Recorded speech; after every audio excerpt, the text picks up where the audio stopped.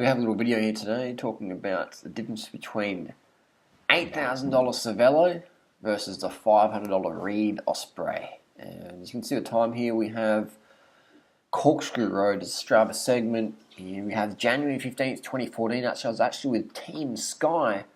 I was drafting them up the climb, the Corkscrew there on the Cervelo R Series.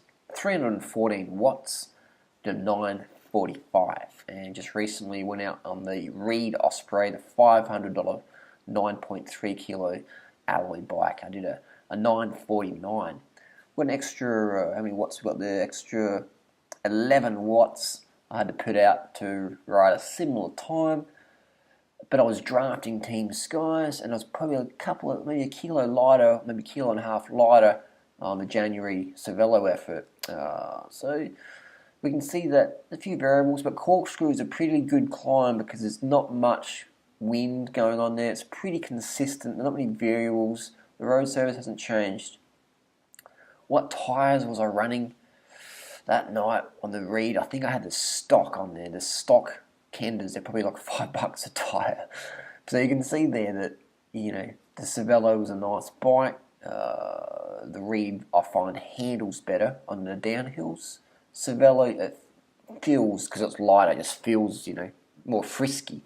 But there you go. I just wanted to show you that I've got some pretty expensive bikes, and I've also got the bare bones budget $500 out the box online delivery bike.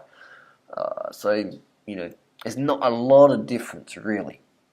I mean, 11 watts is a lot if you're a world-class time trialer, GC rider. 11 watts is a lot. But for the average weekend warrior like myself, persons out there just loves riding bikes, 11 watts is not going to mean the difference between earning a contract and not. You know what I mean? So 11 watts difference. But then again, there's other variables because I was drafting. But then again, that doesn't really matter because it doesn't change the wattage. But my weight was maybe a little bit lighter in January when I was in the Cervelo. I was doing big Ks back then. I was doing like 200 Ks a day. And I wasn't on steroids. So I was a bit lighter back then. But similar times. So what do you get for your money when you pay $8,000 versus $500? Well, the truth is, not many people can tell you this truth. Most of these bikes are actually made in the same factory or in Cambodia or Vietnam or Taiwan or China. There's especially carbon. Most carbon, 99% of carbon these days, even if it's a European brand or whatever, is made in Asia. It's made in Asia it's cheap labour. It's cheap labour. It's good stuff though. They make good stuff in Asia.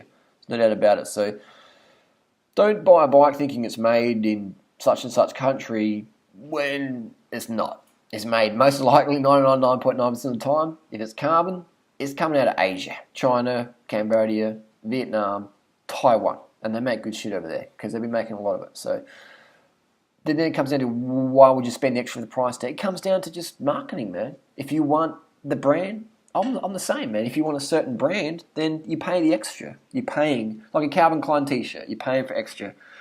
The reality is that all these companies make bikes everyone else, so the production quality is the same. It comes down to warranty, customer service, things like that. So I just want to make a quick video showing that I would spend at least you need to spend at least $500 to get a good road bike, and getting something from your local store that can give you a good bike fit, you're going to be looking at maybe $1,500. Because when you're buying your first ever road bike fit is vital. Someone like myself, I know generally what I want in a bike, geometry-wise, head tube, etc. But the average person, you're paying for bike fit. So that's why when you get your first road bike, you definitely want to go to a shop and get fitted up correctly. But don't think, if you're out riding your bike, 'cause let's say you buy your bike from the bike shop, you get a giant Defy or a giant Cervelo or whatever, which is a popular model I push, just because it's great value and great performance. Let's say you get your little giant and you go out with your mates and they're on their $10,000 bikes and they drop you.